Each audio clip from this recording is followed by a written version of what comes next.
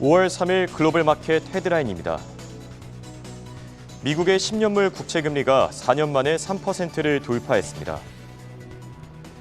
바이든 행정부가 배터리 산업에 31억 달러를 투자할 예정입니다. 미국의 4월 제조업 PMI가 55.4로 집계되며 2020년 7월 이후 최저치를 기록했습니다. 미국의 3월 건설 지출이 전월 대비 0.1% 증가했습니다. 유럽연합이 애플을 반독점 혐의로 기소했습니다. 워런 버핏이 1분기 중 6억 달러 규모의 애플 주식을 매입했습니다. 바클레이즈는 미국 연준이 빠른 긴축 사이클에 돌입할 수 있다고 분석했습니다. 뱅크 오브 아메리카는 금융시장이 6월 75베이시스 포인트 인상 가능성에 초점을 두고 있다고 밝혔습니다.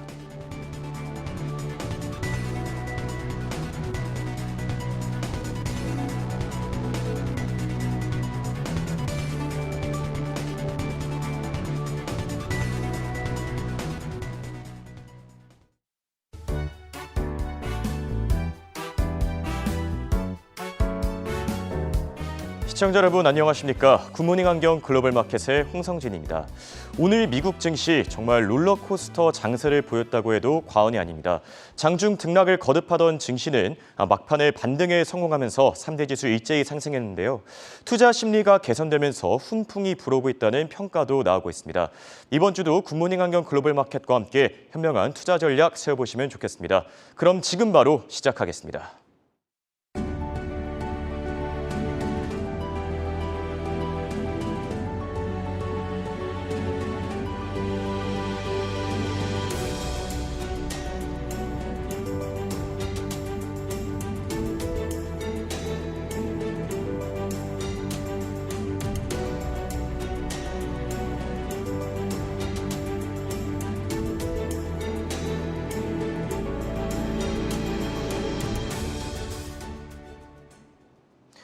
네, 오늘 미국 증시 막판 변동에 성공하며 3대 지수가 일제히 상승했습니다.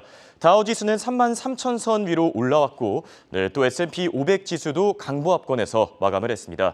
또 지난주 무려 4% 빠진 나스닥 지수는 오늘 1.6% 오르면서 반등하는 데 성공했습니다. 반면 전일 유럽 주요국 증시는 글로벌 경기 불안감 속에 일제히 하락했습니다. 프랑스 까크 지수는 1% 넘게 빠지며 6,400선에 마감했고 독일 닥스 지수도 1% 하락하면서 14,000선 아래로 떨어졌습니다. 한편 어제 우리 시장은 뉴욕 증시 급락 여파 속에 일제히 하락했습니다. 하락 출발한 코스피 지수는 강보합권에서 마감하며 2,700선이 무너졌고 코스닥 지수도 0.3% 떨어지면서 900선을 간신히 지켜내는 모습 확인할 수 있습니다. 어제 중국 증시는 노동절 연휴로 휴장에 들어갔습니다. 또 마지막으로 일본 증시, 니케이 지수도 미국 증시 급락 여파 속에 약보합권에서 거래를 마쳤습니다. 그럼 미국의 국채금리 상황도 체크해 보겠습니다. 오늘 미국의 10년물 국채금리는 연준의 FOMC 회의를 앞두고 장중한 때 3%를 돌파하면서 2018년 이후 최고 수준을 기록했습니다. 또 통화정책에 민감한 2년물 국채금리는 현재 2.74%까지 올라선 상황입니다. 그럼 더 자세한 시장 상황 미래에셋증권 미디어 콘텐츠 본부 서상영 본부장과 알아보겠습니다. 안녕하십니까? 네, 안녕하십니까? 네, 오늘 정말 롤러코스터를 연상하는 듯한 장세의 흐름이 나타났습니다. 오늘 장은 어떻게 보십니까? 일단 미국 증시는 최근 하락에 따른 반발 매수세가 유입되면서 상승 출발하기도 했지만 경제지표 부진으로 인한 경기 침체 우려가 부각되고 중국 경제 봉쇄, 우크라이나 전쟁 장기화로 매물이 출회되면서 하락 전환하는 모습을 보였습니다. 여기에 10년물 국채금리가 FOMC를 앞두고 장중한 때 3%를 넘어서자 지수 하락폭이 확대되었었고요. 그렇지만 장 후반에 그동안 낙폭이 컸던 기술주, 특히 반도체 업종 중심으로 반발 매수가 유입되면서 상승 전환에 결국은 성공했습니다. 다우지수가 0.26%, 나스닥이 1.63%, S&P 500도 0.57% 상승 마감을 했습니다. 네, 그렇다면 오늘 미국 증시 흐름을 좌우한 부분들과 또 향후 전망까지 자세하게 짚어주시죠. 일단 4월 ISM 제조업지수가 지난달 발표된 57.1에서 55.4로 하락을 했습니다. ISM 제조업지수는 GDP에 기여하는 20개 산업 분야의 구매 담당 임원의 응답을 기반으로 하기 때문에 지난 15년 동안 GDP와의 상관관계가 43%를 기록하고 있어서 주목받는 지표 중에 하나이고요. 미국 1분기 GDP 성장률이 마이너스 1.4%를 기록해서 경기 침체 이슈가 부각되고 있는 가운데 발표된 이번 수치로 관련 우려는 더욱 확산되었습니다. 물론 이제 세부 항목을 통해서 여전히 기준선인 50을 넘어서 확장세를 유지하고 있다는 점과 물가지수가 둔화되어서 지난 금요일 발표된 근원 PCE 디플레이트에 이어서 인플레이션 피크아웃 기대를 높였다는 점은 긍정적이라고 봐야 될 것 같고요. 한편 경제지표 부진과 인플레이션 피크아웃 기대가 여전함에도 불구하고 미국 10년물 국채금리가 2018년 이후에 처음으로 3%를 넘어선 점도 투자심리 위축 요인이었습니다. 시장 참여자들은 이번 주 FOMC 결과를 기다리면서 연준의 공격적인 금리 인상에 대한 반응을 보인 것으로 추정되고 있고요. 다만 이제 금리 급등으로 부진한 모습을 보여왔었던 기술주의 경우는 선반영에 대한 기대로 제한적인 등락을 보인 점에 주목할 필요가 있습니다. 결국 시장은 기존의 경기 침체, 공격적인 연준의 통화정책 이슈가 부각되며 장중에 하락하기도 했지만 최근 낙폭이 컸던 기술주 중심으로 반발 매수가 유입되었고요. 특히 최근 부진한 실적을 발표했던 아마존과 애플의 하락이 장중에 각각 5%, 3% 가까이 기록하기도 했지만 반발 매수가 유입되면서 상승 전환을 했기 때문이라고 봐야 될 것 같습니다. 이를 감안해서 결국은 현금 상승력이 뛰어나거나 가격 전가력이 높은 종목군 중 최근 낙폭이 컸던 종목 중심으로 반등할 것으로 예상을 하고 있습니다. 네, 지금까지 미래에셋증권의 서상영 본부장이었습니다. 감사합니다. 네, 감사합니다. 이어서 오늘장 특징주 전가은 캐스터가 준비했습니다.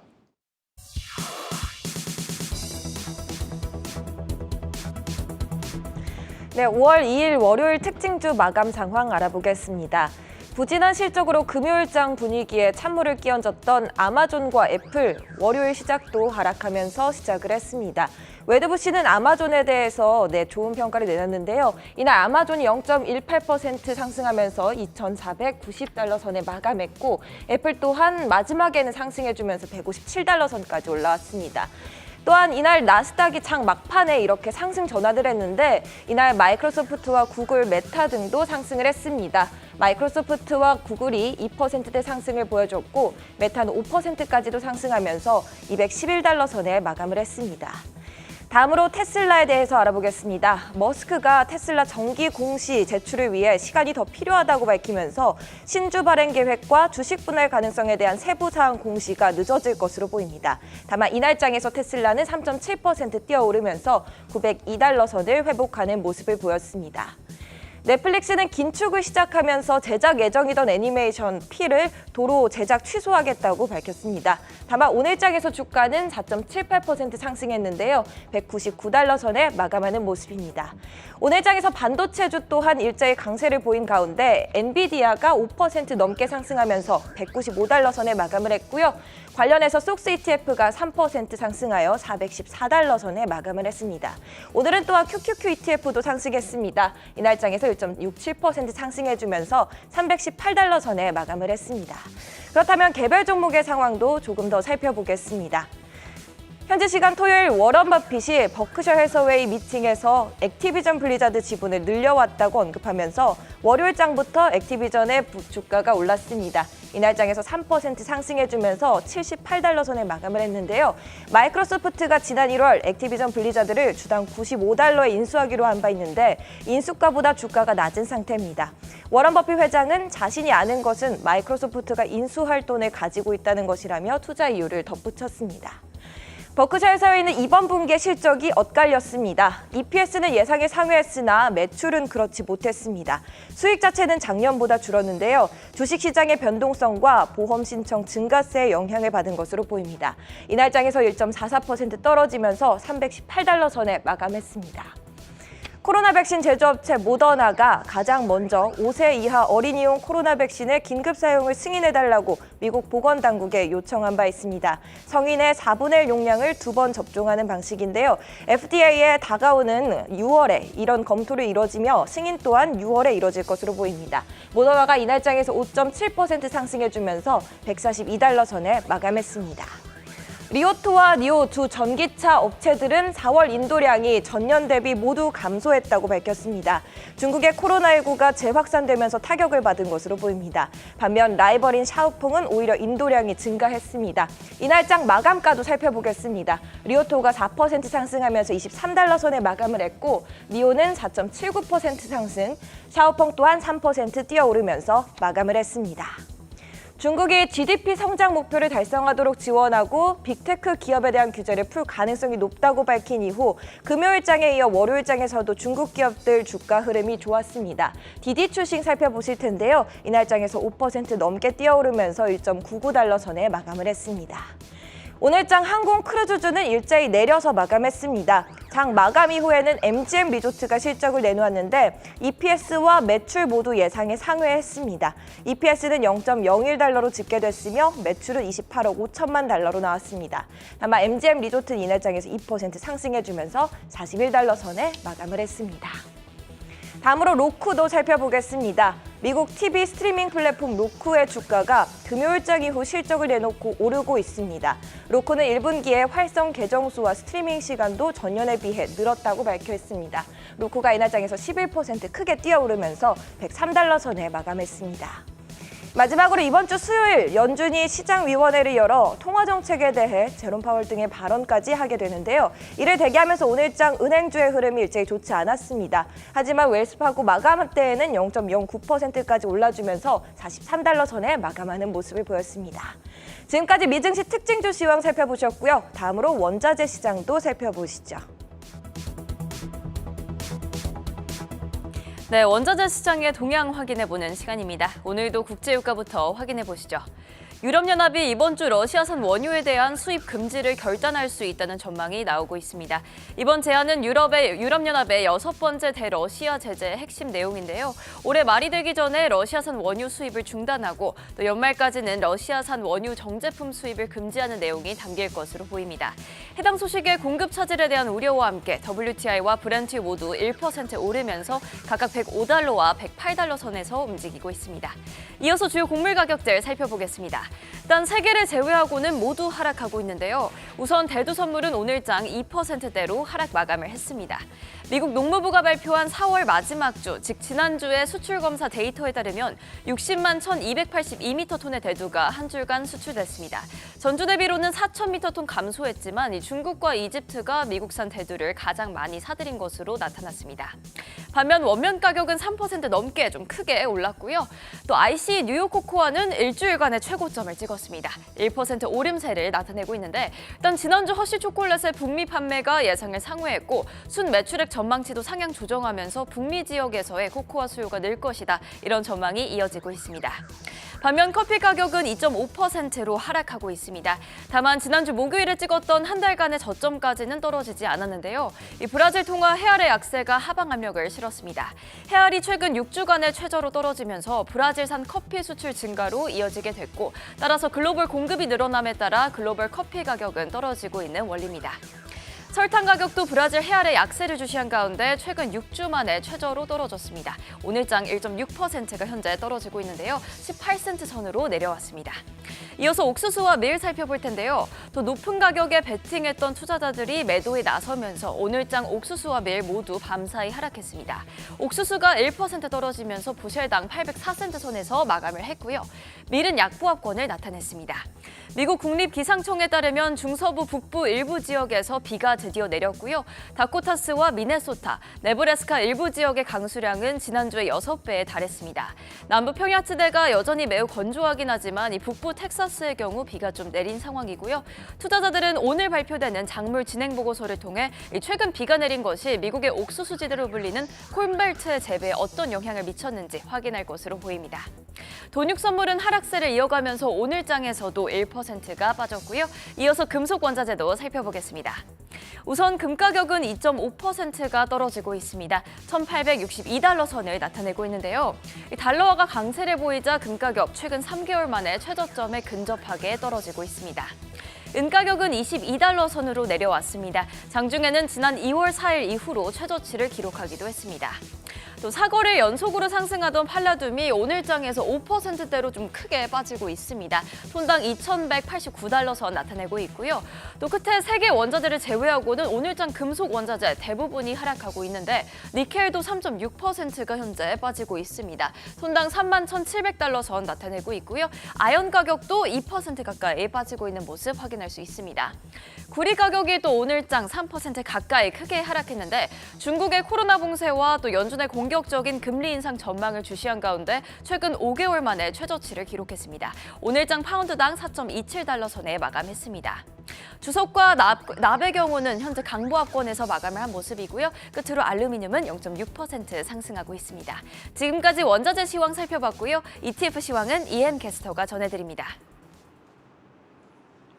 간밤 ETF 흐름을 한눈에 짚어드리는 ETF 시황 시간입니다. 오늘 장에서 천연가스와 금리 관련 ETF는 강세 보였는데요. 반면 브라질과 리츠 관련 ETF는 약세 보였습니다. 먼저 천연가스 ETF입니다. 오늘 장 천연가스 선물은 약 4% 올랐습니다. 투자자들은 생산량 동결과 수요 증가를 주시하면서 움직였는데요. 구체적으로 동부 지역의 기온이 내린 점이 수요 증가로 이어졌습니다. 생산량의 경우 설비 유지 보수 기간인 만큼 높은 변동성 보이고 있는데요. 또 유럽 수출량은 계속 늘고 있는 상황입니다. 관련해서 티커명 GAZ인 아이패스 시리즈 B, 블룸버그, 내추럴가스, 서브인덱스, 토탈 리턴 ETN 확인해 보겠습니다. 바클레이즈에서 운용하고 있고 미국 천연가스 선물을 따라가고 있는데요. 6.02% 올랐습니다. 다음은 금리 ETF입니다. 오늘 장 국채 수익률은 우상향 곡선 그렸는데요. FOMC 회의를 앞두고 오르는 모습입니다. 벤치마크인 10년물 국채 금리는 장중한 때 3%를 돌파하기도 했는데요. 20년물 국채 금리는 9베이시스 포인트 상승했습니다. 관련해서 티커명 PFIX인 심플리파이 인터레스트 레이트 헤지 ETF 살펴보겠습니다. 심플리파이에서 운용하고 있는데요. 국채 수익률과 국채 가격은 반대로 움직이는 만큼 20년물 국채 금리에 매도 의견을 보이는 것과 같이 설계됐습니다. 오늘 장 3.41% 올랐습니다. 하락한 ETF 살펴보겠습니다. 먼저 브라질 ETF 확인해 보시죠. 오늘 장 브라질 증시는 1.22% 밀렸습니다. FOMC를 앞두고 달러가 강세를 이어가자 브라질 통화인 헤알은 약세를 보였는데요. 헤알이 약세를 보인 점이 증시 전반에 부담으로 작용했습니다.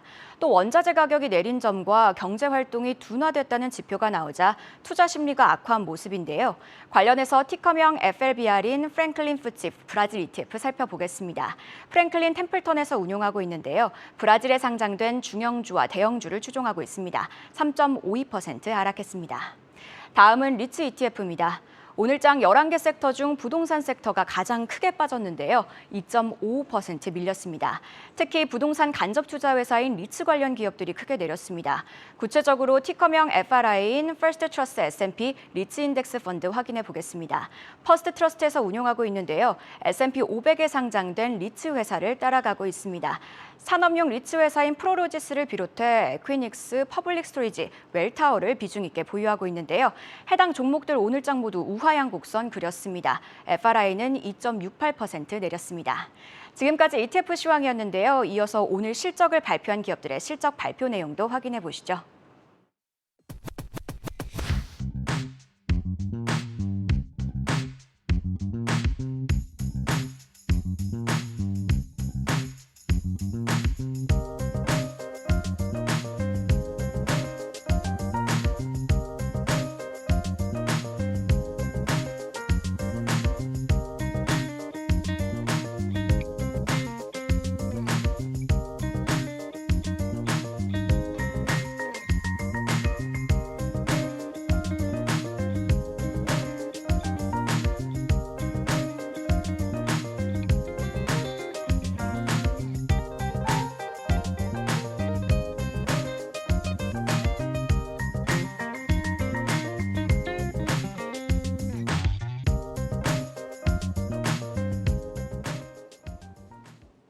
네, 세계 각국의 소식을 한눈에 정리해드리는 글로벌 이슈 시간입니다.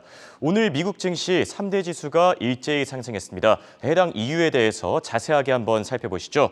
먼저 CNBC 헤드라인 살펴보겠습니다.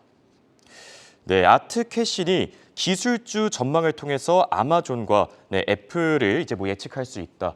좀 뒤바뀐 것 같은데 기술주의 전망을 아마존과 애플을 통해서 예측 가능하다라고 밝혔고 또 뱅크 오브 아메리카는 월가 전문가들이 6월에 75베이시스 포인트 금리 인상을 예상한다고 밝혔습니다.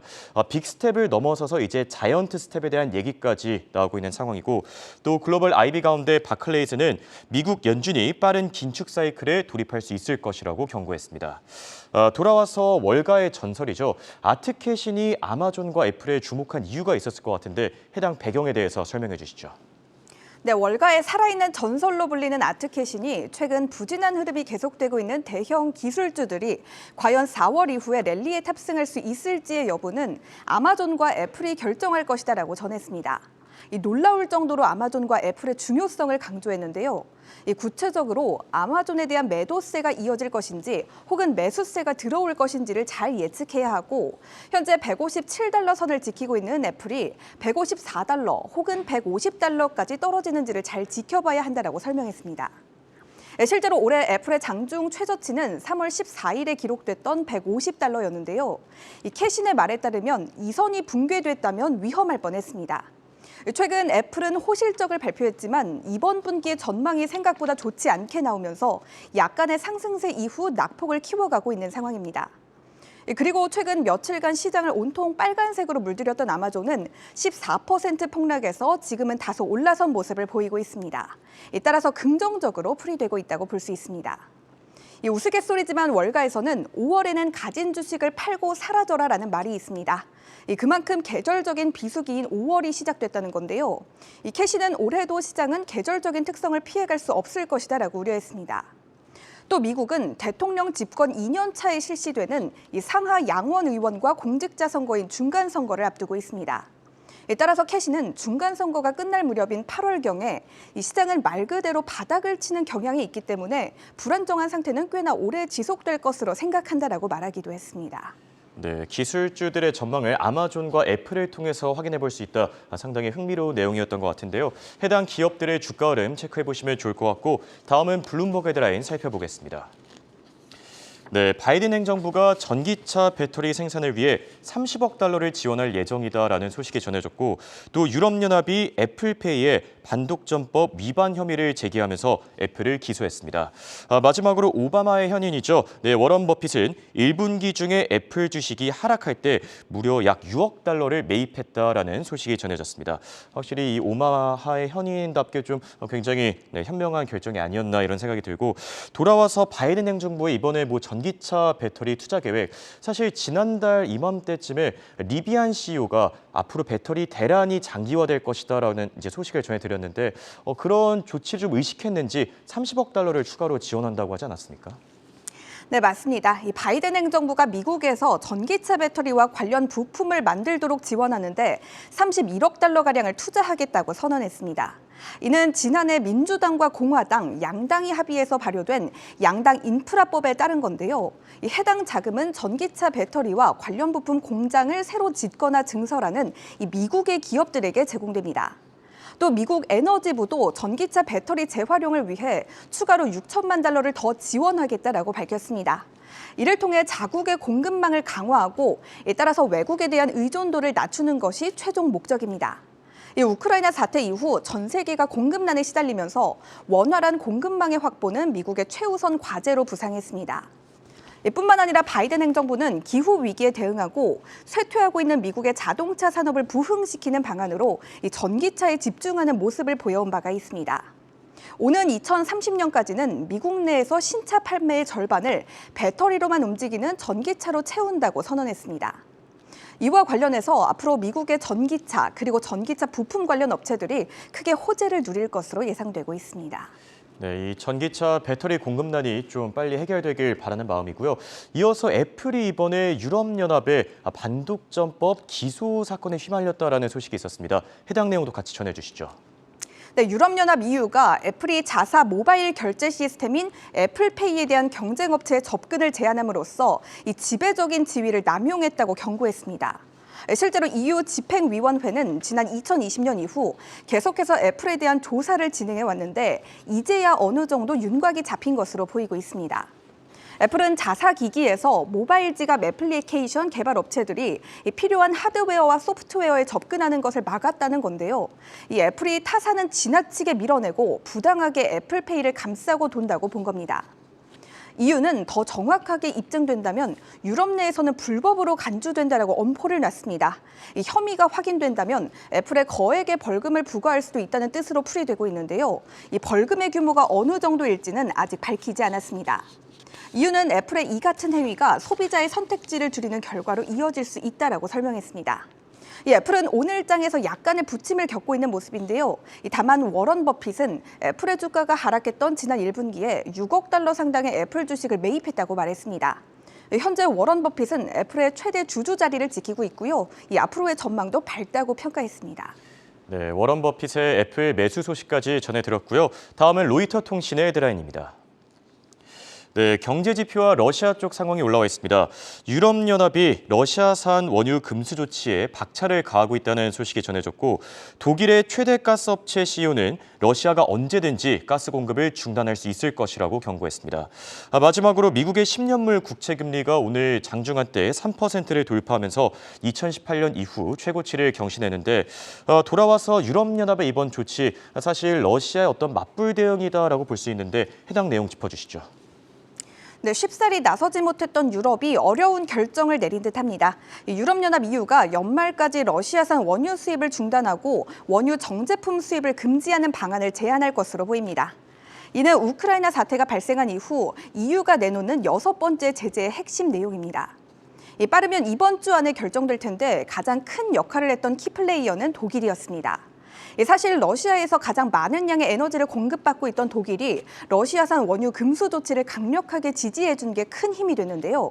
다만 27개 EU 회원국 모두가 동의해야 하는데 헝가리가 반대를 하고 있어 합의가 완전히 이루어지는 데는 시간이 걸릴 것으로 보입니다. 그래서 EU는 슬로바키아와 헝가리에게 추가적인 이행 기간을 주는 방안을 제시하면서 가능성을 높이고 있습니다.